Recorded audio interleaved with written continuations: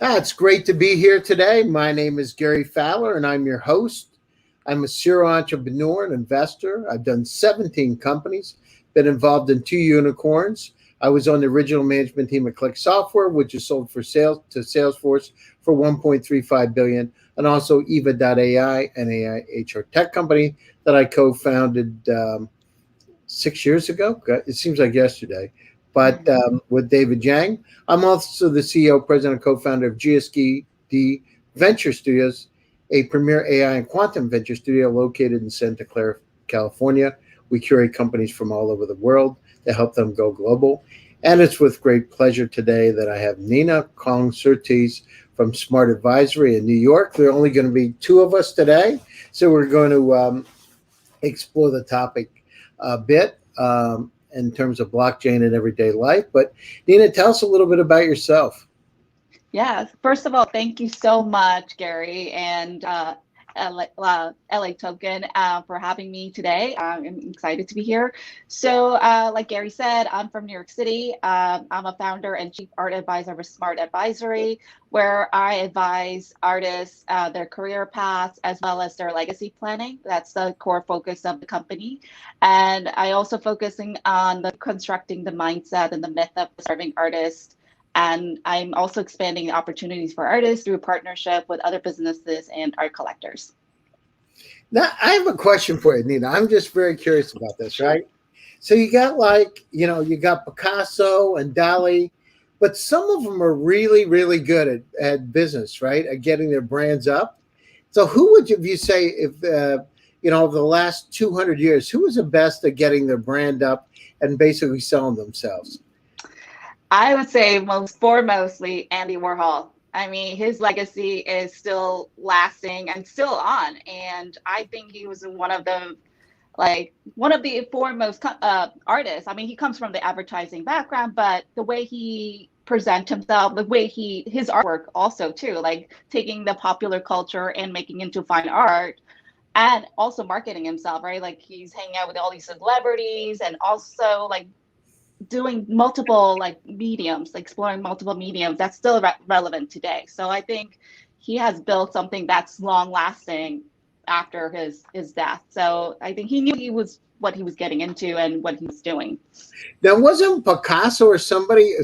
Picasso was another one that was, I believe, that was really good at merchandising himself, right? And Yeah. just really, really doing a lot of things and getting his brand up. So it is incredible. Now, another question for you. So I remember seeing this one time where they had a chimpanzee throw paint on a canvas. I don't know if you ever seen it. But I think I've heard of it. the the chimpanzee was just going like this with a brush. I saw it and I put it in a gallery, and people started bidding it up. And I'm like, how could, I mean, it's crazy. I mean, I'm not very good at it, but I know I could take a brush and throw it against a wall.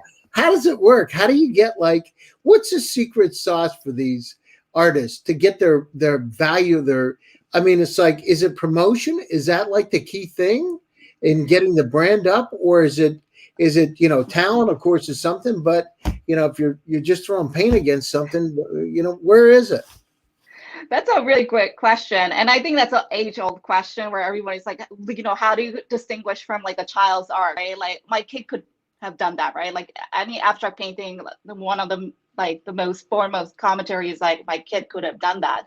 But I think it definitely comes like the promotion is part of the equation. It's also about like network. Art world is also based on trust. Like any other industry, it's based on trust and your network. And it's about also supply and demand, right? In terms of just like any other commodities or things that we deal with every day, it's also supply and demand. Some artists are popular among certain collectors because they have other history, like whether it's a cultural history or whether it's social history. So that also increases the value and demand for artists to or the collectors to actually have that want or desire to have the want of that specific artist. That also drives the pricing and the value over So time. so can you get into a situation where you take somebody that's a mediocre artist, but because they've been really branded properly and they've been marketed properly, it's, what would seem to me is once you get in and people start paying a lot of money for your paintings, uh, all of a sudden the value starts going up because now you're in the system, right? Is that true? Yeah, it's in some cases that's true. I mean, yeah, I mean, like I said, our world can be really opaque in terms of like the marketplaces. Like some people, yeah, it's astonishing to hear all these record-breaking figures that like people are willing to pay for some silly objects. I mean, I think NFTs are example of that, right? There's an explosion of that. There's definitely like monetary, involvement. So a lot of people tend to think, oh, like anyone could do it. I mean, it's great that like we're democratizing the access and creation, but at the same time, there's a lack of curation in terms of the quality of the works. There are so many noise and so many artists out there, but like it's about like finding that the right quality and right balance. Again, it's so subjective, right? Like art and taste is very subjective, and so is value. Some people are into novelty, so they're willing to pay for that novelty aspect of things versus the quality of artwork. I mean, we've seen that trend that's happening in NFTs, right? Like, why would anyone pay substantial amount of money for something that's replicable? It's not scarce, right? Like, physical world, it could be scarce. The tangible object can be scarce, but in digital world, it's like, well, I could take a screenshot of something, but would that make it any more valuable or less valuable? No, I agree. I mean, that's the interesting part about it, right? I remember going into an art gallery one time. I'll never forget this. And the people were turning their head looking at this painting. And I'm thinking, there's nothing in here. I mean, it's just, I felt like a Rorschach test, one of those psychologist ink blot deals. Yeah. And I'm looking at it. They said, don't you see it? And the more they kept seeing it, I'm like, man, well, I didn't want to say no, right? And I'm thinking, maybe I do, but I don't see anything in there like they're talking about. There's a tree, and can't you see the man standing against the tree? And I didn't see any tree. There was nothing in there for me. And it's like, and they started to convince, I think maybe it was a wine. They started to convince themselves that there was something in the painting. And it truly amazes me, the value. And you're right on the NFT side. I mean, some of the things I remember recently talking to somebody that did an NFT that sold for $500,000 or maybe $600,000, and it was just a couple of dots on a literally on a canvas, couple of dots, and they made a design, but they had somebody very famous, well known, just sign it, and all of a sudden this becomes a piece of art. It's like crazy, And you think we're overhyping things? What do you think in the NFT world? It's definitely, I feel it's definitely overhyped in some ways. It's like there's a lot of words around NFTs. Now it's like everyone knows about it, right? Before the pandemic, it was around, but it was not being discussed enough. But now there's like a proliferation of NFTs. It's like an explosion. So I feel like people are definitely overusing it. Sometimes in some cases they don't understand what it really entails. And a lot of times you see some platforms like breaking certain like the ethics, right?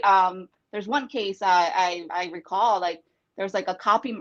Now that we're bringing the notion of the copyright infringements, right? That people misuse artists and then misattribute the artist for one creation on certain platforms. So I think there's definitely needs for education that needs to be really sussed out. I think it's still new technology and people are still trying to wrap their head around what this is, what this could mean.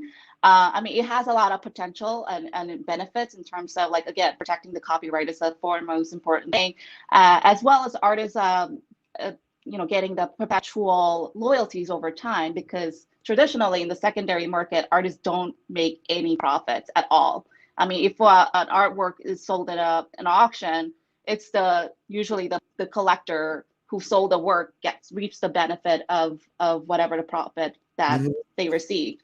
So in that sense, yeah, it's really beneficial. But I think in some That's cases, really interesting. So how long do you own that image, right? And so is it like a photograph where you can get, residual value on the art it's created?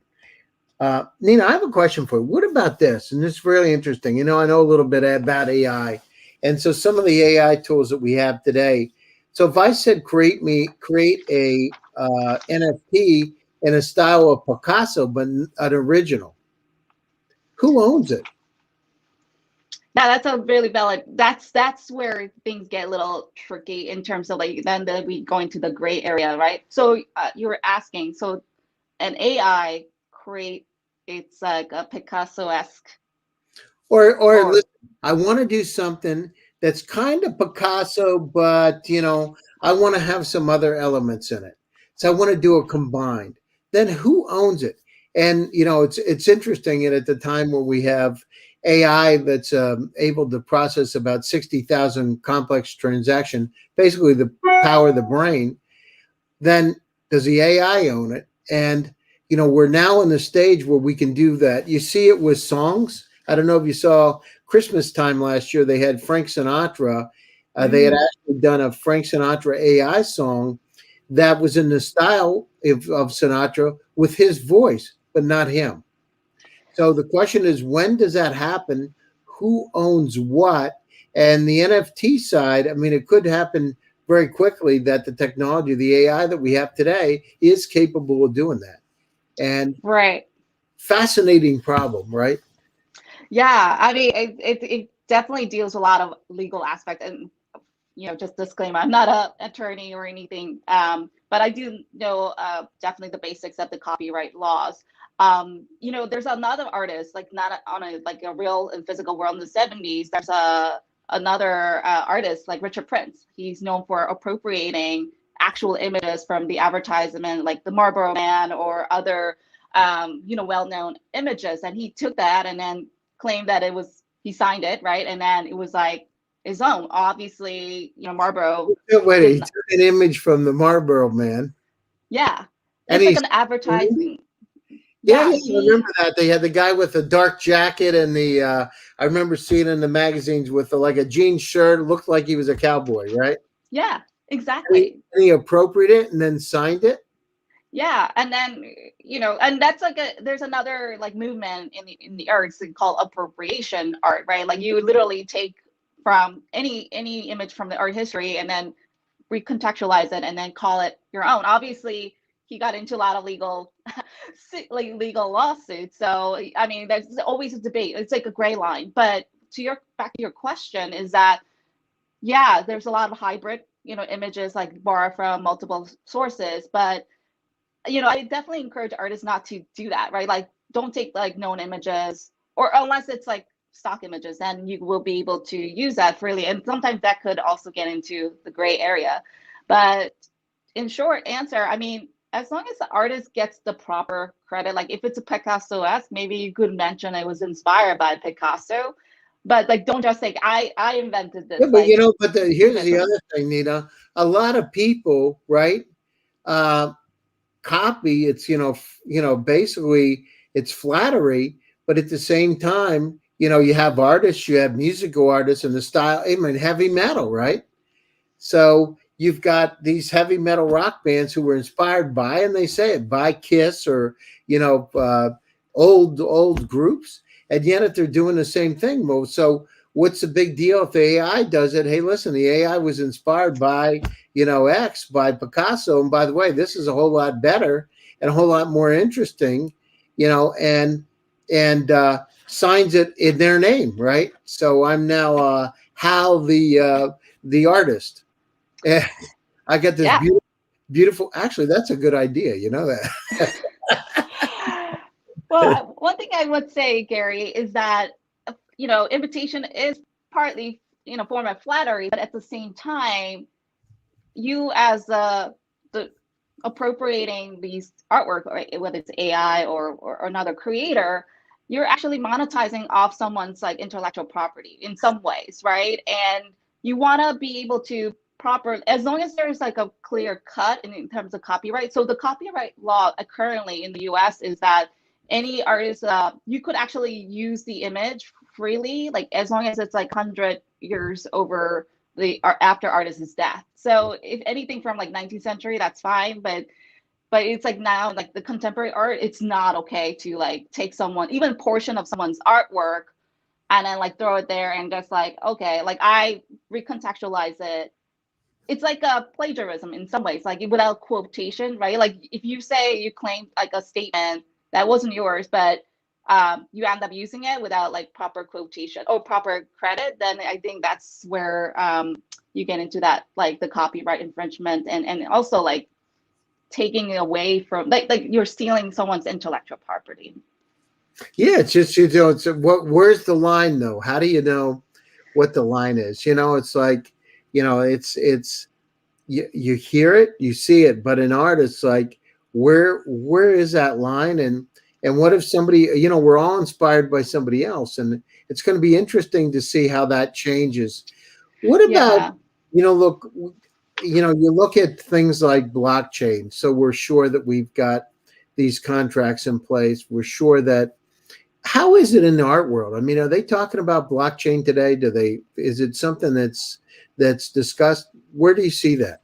Absolutely, absolutely. Now, like the major auction houses like Christie's and Sotheby's are beginning to adapt these technology. As you know, like Beeple's like made a record sale through Christie's and back in March, Mhm. and there's definitely a lot of adaptation. Even like major blue chip galleries are looking, like Pace Galleries, definitely looking into an NFT platform. So there is a definitely adaptation to going forward. It could be like a hybrid form where like you, I think the one of the big challenges like connecting the tangible physical art object with the blockchain technology. Like how do we ensure that the provenance and all the data is not forged or changed over time, because that's one of the biggest challenge in the traditional art market is provenance and authenticity, is that things do get changed. Nina, what do you think? Like, just between you and me, right? What do you think? Like, this art, it's fake. You know what I mean? There's like,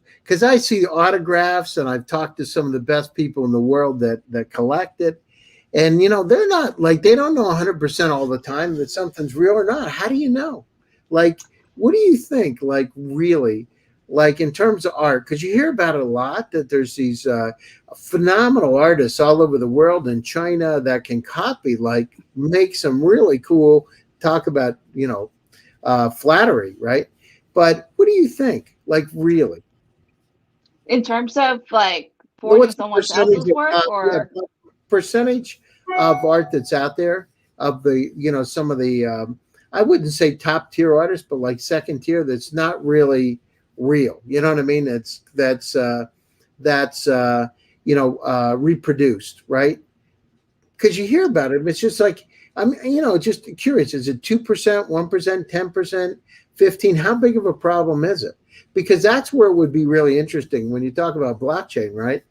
So yes. to start to figure out what is really what, so you're tracking it. Absolutely.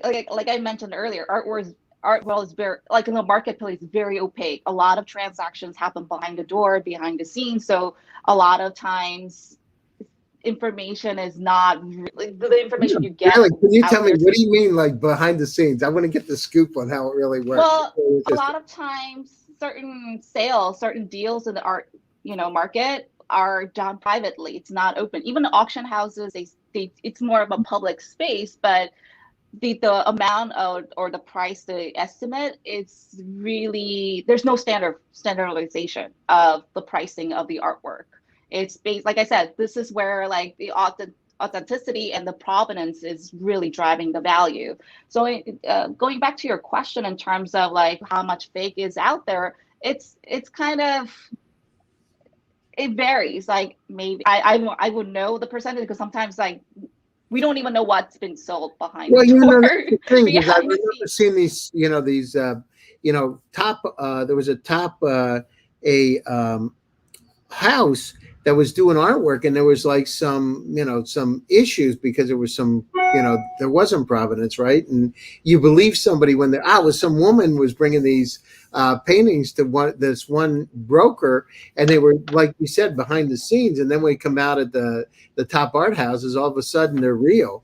And I didn't realize how much is done behind the scenes. Probably high net worth individuals don't want to advertise that they got $100 million painting. But it's curious to me. It's like, here's the other thing, Nina. Once people label it as being real, it becomes real, right? You can't. How do you know the difference?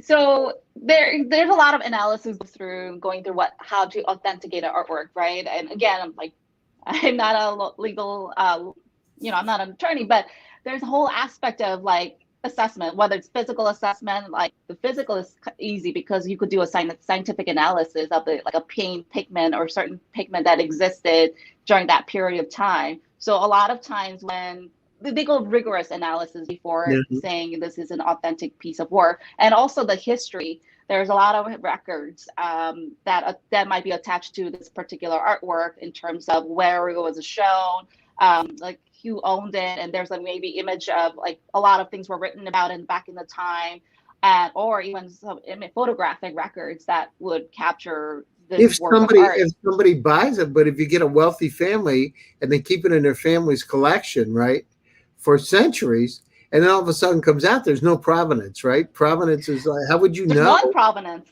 one.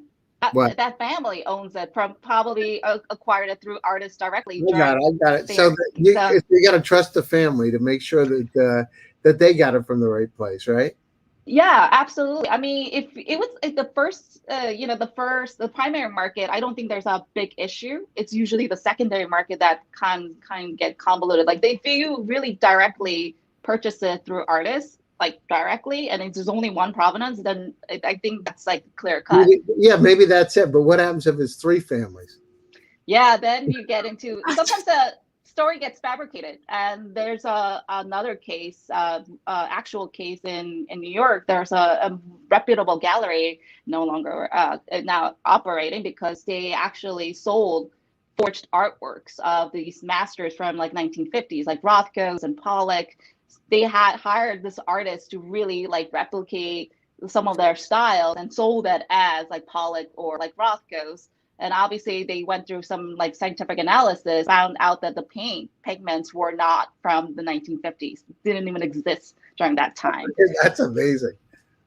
Yeah, so it's one of those things. And sometimes they have other methods, like scientific methods, like whether it's like if it's like really old masters, they will look at like X-ray scans to see any traces of like modern materials, or something. Sometimes they will just discover like underlying like sketches of artists that have done. So there's a numerous way to authenticate it. But even the art world, the old tradition, old masters did have assistants. So there's another line where it gets blurred. It's like, well, is They that had what?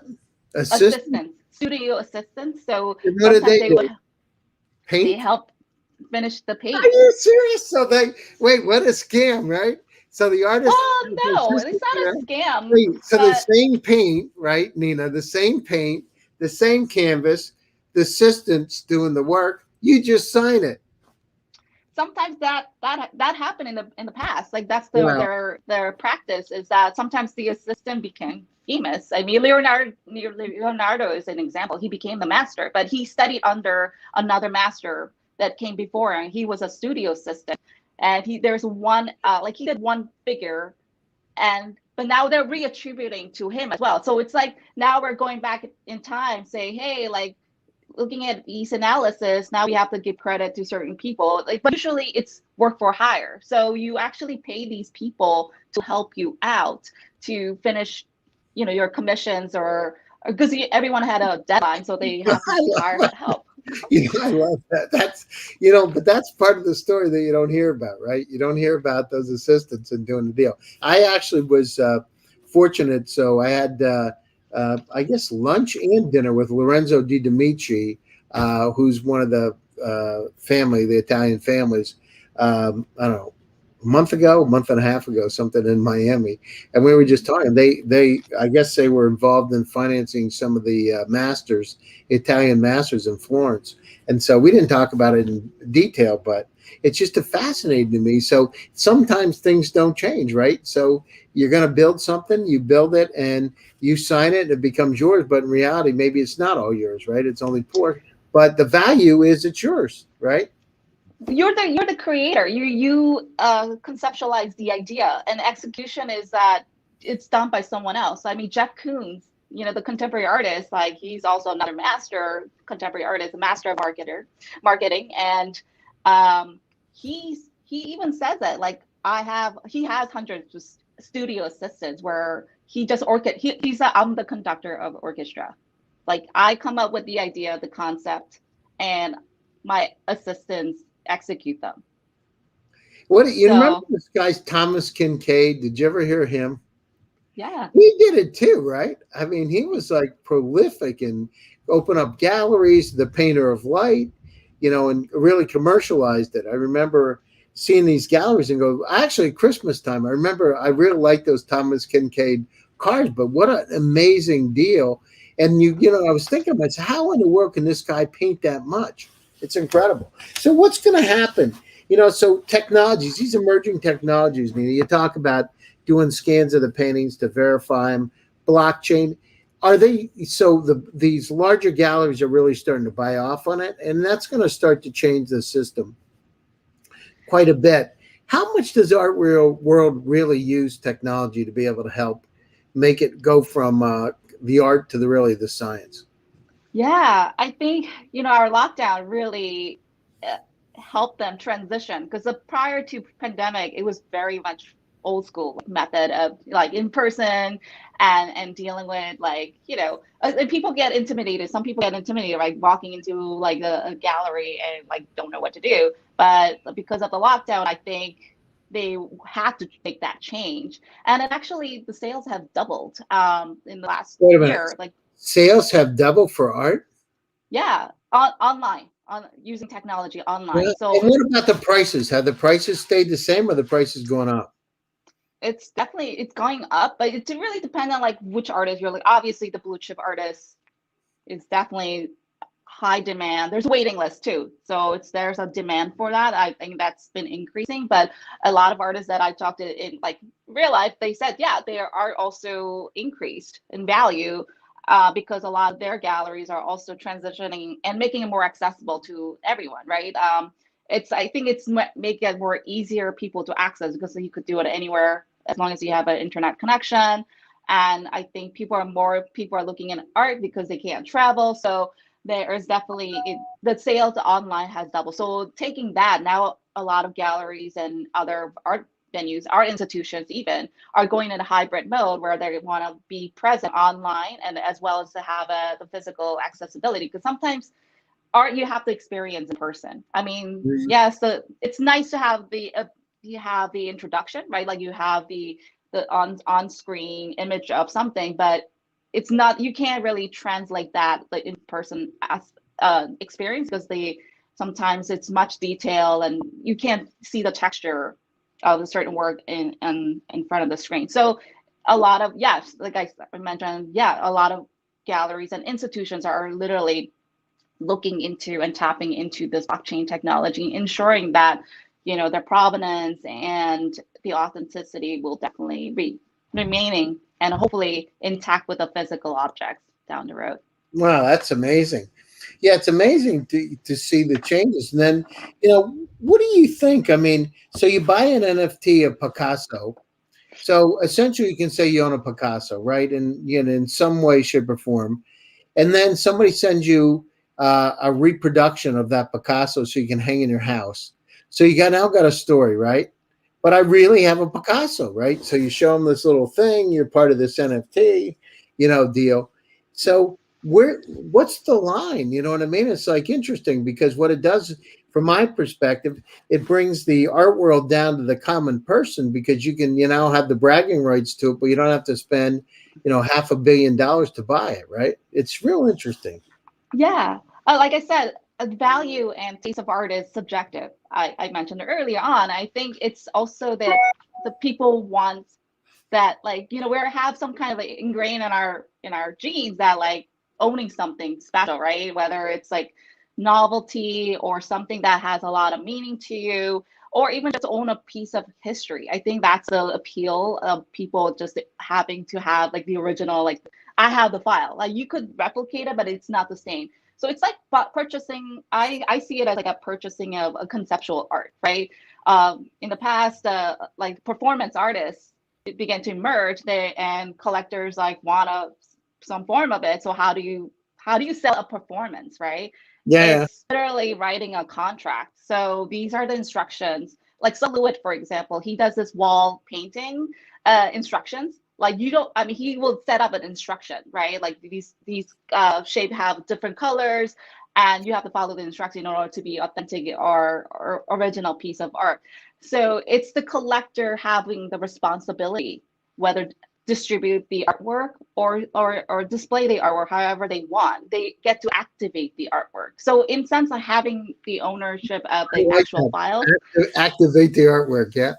yeah, you get to activate it. Wow. I mean, you have the rights, certain rights, not the copyright. The copyright remains with the artist all the time, whether you own a piece. Or can you resell it then? Do you have You like, can, well, you can resell it, but it's almost like it's almost like getting a puppy. They make you sometimes sign those papers. It's kind of weird too, isn't it? You're not allowed to breed the dog, but you own the dog. You give up the yeah, right to a dog. It's kind of weird. You own it, but you can experience, but you can't do anything else with it. It's because not you're fair. not the creator.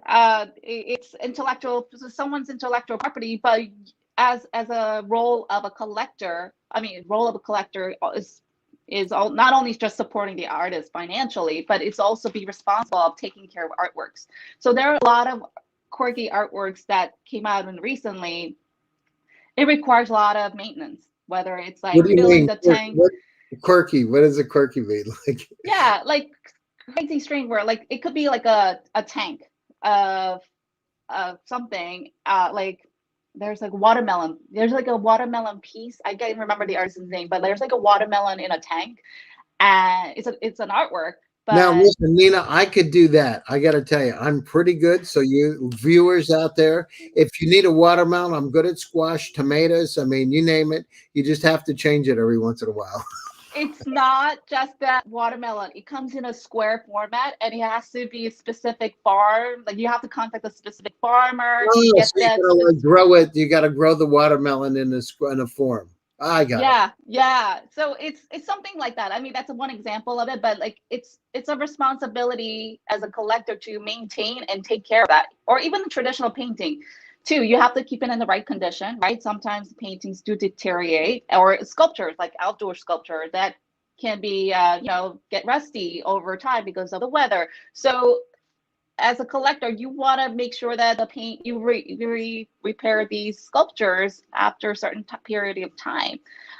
If you don't do that, I mean, that you're sort of the irresponsible collector. So same thing with NFTs, right? As long as you're responsible for distribution, making sure that the artists are getting compensated fairly. I know it's sometimes in some cases it's built in the smart contract, but in some cases it's not really clear. So as an artist who want to get into that field, making sure that everything is outlined clearly before you even sign a contract or a smart contract. So in that sense, yes, NFTs, yeah, even though artists have a copyright, but the purchaser or the collector has responsibility of taking care of that and making sure that it doesn't get lost in the ether too, right? If you lose your wallet Yeah, or something crashes, yeah, nothing good's so you gonna happen, or you forget your password. exactly. So then that work is like you can't even access the work unless you have the artist has the artist proof. Maybe they could make some different arrangements in terms of how to get that artwork I out. mean, it's fascinating. The world's changing. I mean, with all the blockchain, the cryptocurrencies, tokenization, just the world's changing. It's amazing. As long as you stay on top of it, you can win. But Yeah, you absolutely. stay on top of it. Anyhow, we're coming up to the top of the hour. Closing thoughts, and how do people get a hold of you? Yeah, so the best way is social media like Instagram. My it's smart.advisory on Instagram, or just connect with me email, just connect@smartadvisory.co. That's great. And to my audience, I want to thank you for joining VCTV. I want to thank the entire VCTV team, Hasmek, and everybody else involved for making this show possible. My new show, The Founders Report, will be coming up on VCTV shortly. I look forward to that. Please stay safe, stay healthy, and stay happy. Uh, Tune in. We will be back again. And thanks for joining us today. Thank you very much.